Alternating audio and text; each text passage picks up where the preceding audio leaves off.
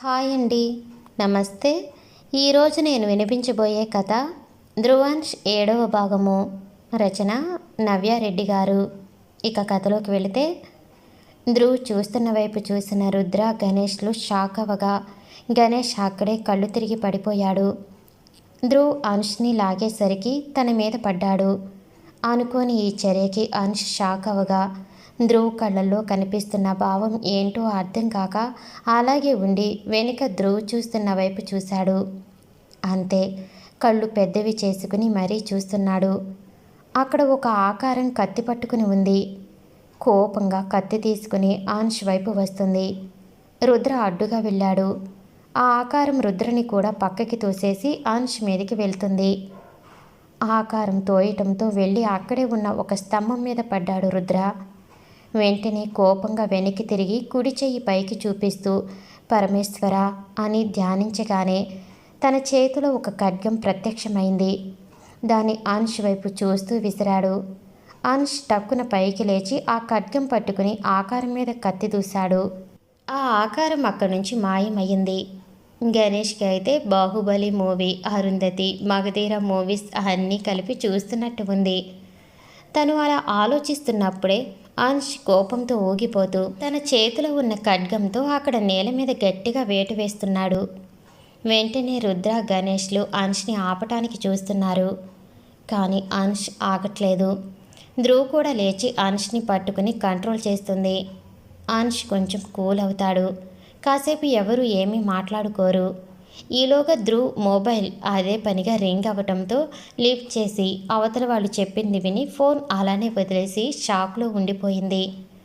అంష్ రుద్ర కదిపేసరికి తేరుకుని పైకి లేచి త్వరగా ఇంటికి వెళ్ళాలి పదండి అని మరో మాట మాట్లాడకుండా తన బ్యాగ్ని తీసుకుని ముందుకు వెళ్తుంది.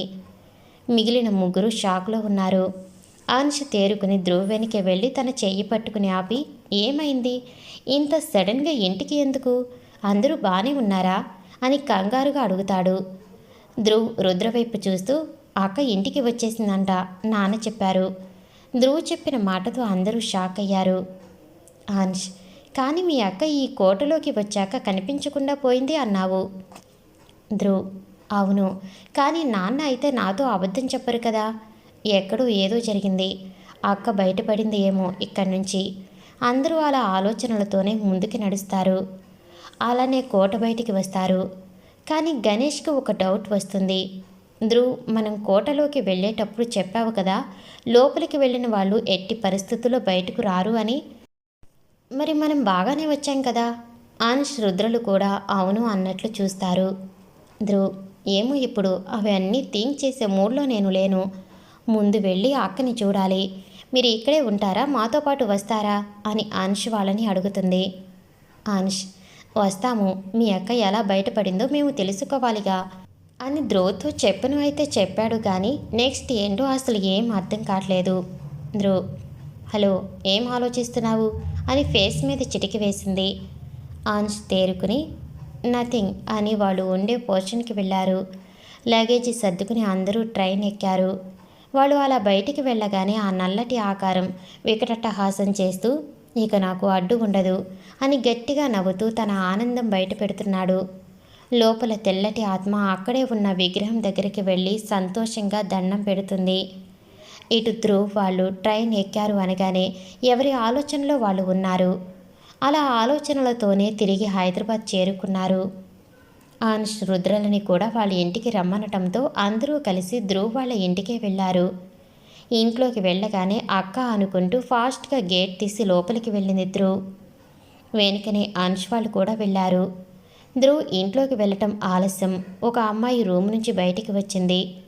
ధ్రువ్ ఫాస్ట్గా వెళ్ళి ఆమెని హక్ చేసుకుని, అక్క ఎలా ఉన్నావు, ఏమైపోయావు అని ఏడుస్తుంది. ఆమె ధ్రువ్ మొహాన్ని చేతిలోకి తీసుకుని కన్నీళ్లు తుడిచి ధ్రువుని ఒకసారి ప్రేమగా చూసి కళ్ళనీళ్లు పెట్టుకుంటూ నుదుటి మీద ముద్దు పెట్టింది. మళ్ళీ ఇద్దరూ హగ్ చేసుకుని ఏడుస్తున్నారు.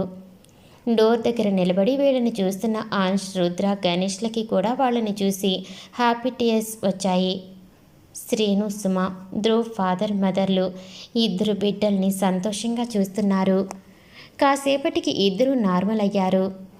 రుద్ర ఆరాధనగా అవంతి వైపే చూస్తున్నాడు. ధ్రువ్ అవంతిని ఏదో అడిగిపోయి వాళ్ళ అమ్మని చూసి ఆగి, మేము బయటికి వెళ్ళొస్తాం నాన్న. సుమ, ఎక్కడికి వెళ్ళేది? వచ్చి కాసేపు కూడా కాలేదు, అప్పుడే వెళ్తారు అంట. కాళ్ళు విరగొడతా, లోపలికి పోండి. ధ్రువ్, మా ప్లీజ్ మా, వెంటనే వచ్చేస్తాం. శ్రీను గారికి అర్థమయ్యి సరే వెళ్ళండి అన్నారు. సుమ, సరిపోయింది, అది అడగటం మీరు వెళ్ళమనటం, ఇలా అయితే నా మాట వింటుంది ఇక అది. ధ్రువ్ వెళ్ళి, మా మంచి అమ్మ కదా, నీ మాట కాకుంటే ఇంకెవరి మాట వింటాం చెప్పు. అదిగో వాళ్ళు నా ఫ్రెండ్స్ అని అంశ్ గణేష్లని చూపించి, వాళ్ళకి ఈ ఊరు కొత్త, కొన్ని రోజులు ఇక్కడ పని ఉంది వాళ్ళకి, మన ఇంట్లోనే ఉండమన్నాను. వాళ్ళు లగేజ్ బ్యాగ్ మిస్ అయ్యింది, డ్రెస్సెస్ తీసుకోవాలి అంట. ఎలాగో నాకు అక్కకి కూడా డ్రెస్సెస్ కావాలి కాబట్టి వెళ్తాము అంటున్నాం. ప్లీజ్ మా. ధ్రువ్ చెప్పిన స్టోరీకి అంశ్ గణేష్లు నోరు తెరిచి మరీ చూస్తున్నారు. రుద్ర, శ్రీను, అవంతి నవ్వుతున్నారు. వాళ్ళకి ఇది అలవాటే అని. సుమ, సరే వెళ్ళండి, కానీ తొందరగా రండి అని అంశ్ వైపు చూసి, ఆ అబ్బాయి ఏంటి అలా ఉన్నాడు అని చిన్నగా ధ్రువ్కి మాత్రమే వినిపించేలా అన్నది. ధ్రువ్ కోపంగా, అమ్మా, కలర్ ఎందుకు చూస్తున్నావు? తను చాలా మంచివాడు, నన్ను సేవ్ చేశాడు తెలుసా. తనే లేకపోతే నేను 4 రోజుల ముందే పోయేదాన్ని అని చిన్నగా అన్నది. ఆ మాటతో సుమగారు కంగారుగా, అయ్యో ఏమైంది చిట్టి తల్లి? ధ్రువ్, ట్రాఫిక్లో సేవ్ చేశాడు మా, యాక్సిడెంట్ అవ్వాల్సింది. సుమగారు ధ్రువ్ని హక్ చేసుకుని ఏడుస్తూ, ఎంత ప్రమాదం తప్పింది, అందుకే జాగ్రత్తగా ఉండమనేది అని అంశ్ దగ్గరికి వెళ్ళి బొగ్గ మీద చెయ్యి వేయబోయేంతలో టీవీ దగ్గర ఉన్న రిమోట్ కింద పడింది. అందరూ అటువైపు చూశారు, కానీ అక్కడ ఏం లేదు. సుమగారు అంశ్ వైపు తిరిగి, మా చిట్టి తల్లిని కాపాడావు, నా 2 బిడ్డలు ఈ ఇంటి వెలుగులు, వాళ్ళకి ఏమన్నా అయితే మేము తట్టుకోలేము. మా ఇంటి వెలుగుని కాపాడి మా ప్రాణాలు కూడా కాపాడావు, చల్లగా ఉండు బాబు అని తల మీద చేయి వేసి దీవించారు. అంశ్ ఆవిడ కాళ్ళకి నమస్కరించాడు. ధ్రువ్ మెల్లగా వాళ్ళ నాన్నకి మాత్రమే వినిపించేలా, ఇంకేముంది, ఆ అమ్మని బుట్టలో వేసుకున్నాడు, కాళ్ళకి మొక్కి అని నవ్వుతుంది. ఆయన కూడా నవ్వారు. అంశ్ అలా కాళ్ళకి నమస్కరించటంతో సుమగారు ఆనందంగా పైకి లేపి, చల్లగా ఉండు బాబు అని మళ్ళీ దీవించారు. ఎన్ని రోజులు కావాలంటే అన్ని రోజులు ఇక్కడే ఉండండి బాబు. Ansh, thanks aunty. తర్వాత అందరూ కలిసి పార్కుకి వెళ్ళారు. అక్కడ కూర్చుని ధ్రువ్, ఇప్పుడు చెప్పు అక్క, అసలు ఏం జరిగింది? నేను టూర్కి వెళ్ళి ఇంటికి వచ్చేసరికి నువ్వు ఇంట్లో లేవు. ఆ అమ్మని అడిగితే ఏదో వర్క్ మీద రాయ్గఢ్ వెళ్ళావు అని చెప్పింది. కానీ తర్వాత నేను ఎన్నిసార్లు ఫోన్ చేసినా లిఫ్ట్ చేయలేదు. నాన్నకి మీ డిపార్ట్మెంట్ వాళ్ళు చెప్పారు నువ్వు ఆ కోటలోకి వెళ్ళావు అని, అక్కడికి వెళ్ళిన వాళ్ళు మళ్ళీ తిరిగి రారు అని. అందుకే నీకు ఏం కాదు అని నీకోసం నేను అక్కడికి వచ్చాను. కానీ ఈలోపు నువ్వే వచ్చావు. అసలు ఏం జరిగింది? అంత సడన్గా నువ్వు ఆ కోటకి ఎందుకు వెళ్ళావు? అవంతి, నువ్వు టూర్ నుంచి ఇంకో 2 డేస్లో వస్తావు అనగా ఒకరోజు నేను ఆఫీస్ నుండి ఇంటికి వద్దామని సిస్టమ్ క్లోజ్ చేస్తుంటే ఏదో మెయిల్ వచ్చింది. ఈ టైంలో ఎవరు అని ఓపెన్ చేయగానే ఒక వీడియో ఉంది, ప్లే చేశాను. అందులో నువ్వు గాలిలో వేలాడుతూ ఉన్నావు, నీ గొంతు ఎవరో పట్టుకున్నట్టు గించుకుంటూ వదలమంటున్నావు. నాకు భయం వేసి నీ ఫోన్కి ట్రై చేశాను, కానీ నువ్వు లిఫ్ట్ చేయలేదు. నీ ఫ్రెండ్స్కి ఫోన్ చేద్దాం అనుకునే లోపే నాకు అనౌన్ నెంబర్ నుండి కాల్ వచ్చింది. లిఫ్ట్ చేయగానే ఎవరిదో గొంతు చాలా భయంకరంగా ఉంది. నేను అర్జెంటుగా రాయ్గఢ్కి రాకపోతే నిన్ను చంపేస్తా అని చెప్పారు. అందుకే అమ్మా నాన్నకి ఆఫీస్ పని అని ఫోన్ చేసి చెప్పి ఇటు నుంచి ఈటే బయలుదేరి మహారాష్ట్ర ఫ్లైట్ ఎక్కాను. అక్కడ ల్యాండ్ అవ్వగానే రాయ్గఢ్కి ట్యాక్సీలో వచ్చి నాకు ఇంతకు ముందు వచ్చిన అనౌన్ నెంబర్కి ఫోన్ చేద్దాం అనుకునేసరికి వాళ్ళే నాకు ఫోన్ చేశారు. లిఫ్ట్ చేయగానే ఆ కోట అడ్రస్ చెప్పి అర్జెంటుగా రమ్మన్నారు. అక్కడికి వెళ్తుంటే దారిలో మా సీనియర్ ఆఫీసర్ కనిపించారు. నేను ఇంతకు ముందు ఆ కోట గురించి రీసెర్చ్ చేయటం ఆయనకి తెలుసు. అందుకే నేను ఇక్కడికి వచ్చాను అనుకుని నన్ను అక్కడికి వెళ్ళొద్దు అని చాలా చెప్పారు. కానీ ఆయన్ని తప్పించుకుని నేను కోటలోకి వెళ్ళాను. ఆయనకి అది తెలిసి నాన్నకి చెప్పారు. ఆ కోటలోకి వెళ్ళగానే నాకు చాలా భయం వేసింది. అక్కడంతా మనుషుల పుర్రెలు ఎముకలు ఉన్నాయి. అలానే భయంతో కోటలోకి అడుగుపెట్టాను. ఒక్కసారిగా భూమి షేక్ అయ్యింది. నేను లోపలికి అడుగుపెట్టగానే ఎవరో నన్ను లోపలికి లాక్కెళ్తున్నారు. అలా లాకెళ్ళి ఒక గదిలో పడేశారు. నేను భయంతో ఎవరు, ధ్రువ్ ఎక్కడా అని ఎంత పిలిచినా ఎవరు రెస్పాండ్ అవ్వలేదు. అప్పుడే నా ఎదురుగా సగం మొహం కాలిపోయి మిగతా సగం మంటలు వస్తూ, ఒక చెయ్యి లేకుండా 2 కాళ్ళు లేవు, కానీ అలానే నడుస్తూ ఒక ఆకారం ముందుకు వస్తుంది. అంతే, కళ్ళు తిరిగి పడిపోయాను. ఆ తర్వాత ఏం జరిగిందో నాకు తెలియదు. ఇదిగో మళ్ళీ నిన్న కళ్ళు తెరిచాను. ఎవరో హైదరాబాద్ నుండి ఇక్కడి ప్లేసెస్ చూడటానికి వచ్చారు అంట. నేను కోట బయట స్పృహ లేకుండా ఉండటం చూసి నన్ను సేవ్ చేశారు. ఇన్ని రోజులు కాన్షియస్లో లేను అంట. నిన్ననే కళ్ళు తెరిచాను. మన అడ్రస్ చెప్తే వాళ్ళే నన్ను ఇంటి దగ్గర దింపి వెళ్ళారు. అంతా చెప్పి ధ్రువ్ వైపు చూసేసరికి తను షాక్లో ఉంది. అవంతి కదిపేసరికి తేరుకుని వాళ్ళ వైపు చూసింది. అవంతి, ఏమైంది, అలా అయిపోయావు? అవును, అసలు టూర్కి వెళ్ళిన నువ్వు రాయగఢ్లో ఏం చేస్తున్నావు? నువ్వు వెళ్ళింది అరకు కదా. నిన్ను ఆ ఆకారం ఏం చేయలేదు కదా. అసలు ఎవరు అది? ధ్రువ్, అక్క, నేను అసలు రాయగఢ్కి వెళ్ళలేదు. ఎవరు నిన్ను మ్యాన్పులేట్ చేశారు? అవంతి, అవునా, నీకు ఏం కాలేదు కదా? థాంక్ గాడ్ అని ఊపిరి పీల్చుకుంది. కానీ ధ్రువ్ మాత్రం ఏదో ఆలోచిస్తుంది. అప్పుడే ధ్రువ్ ఫ్రెండ్ ఒక ఆమె అక్కడికి వచ్చింది. హాయ్ ధ్రువ్. హాయ్ అక్క అని అక్కడ కూర్చుంది.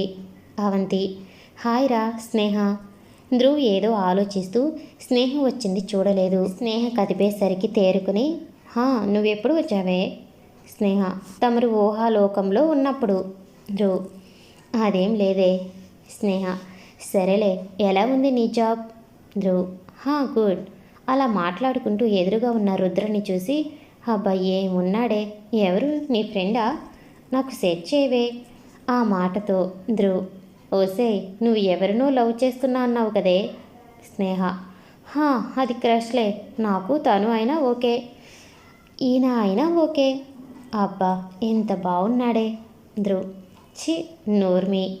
స్నేహ, సరేలే అని పక్కనే ఉన్న ఆంష్ని చూసి, వీడెవడే ఇలా ఉన్నాడు?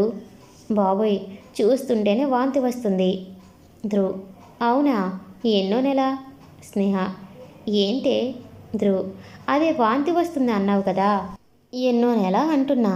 అయినా నీకు ఇంకా పెళ్ళి కాలేదుగా, అంటే ముందుగానే అన్నీ కానిచ్చేసావా? స్నేహ కోపంగా, ధ్రువ్ ఏం మాట్లాడుతున్నావు? అప్పటిదాకా వాళ్ళలో వాళ్ళే కొనుక్కుంటున్న ధ్రువ్ స్నేహలు పెద్దగా మాట్లాడేసరికి మిగిలిన నలుగురు అలానే చూస్తున్నారు వాళ్ళ వైపు. ధ్రువ్ కూడా అంతే కోపంగా, నువ్వు అన్నదేగా మాట్లాడుతున్నాను. స్నేహ, నేను అతన్ని చూసి అన్నాను. నేనే కాదు, అతన్ని చూసిన ఎవరైనా ఇంతే అంటారు. సరిగ్గా చూసావా అతని వాలకం ఎలా ఉందో అని ఇంకా ఏదో చెప్పేలోపు ధ్రువ్ గట్టిగా ఒకటి పీకింది.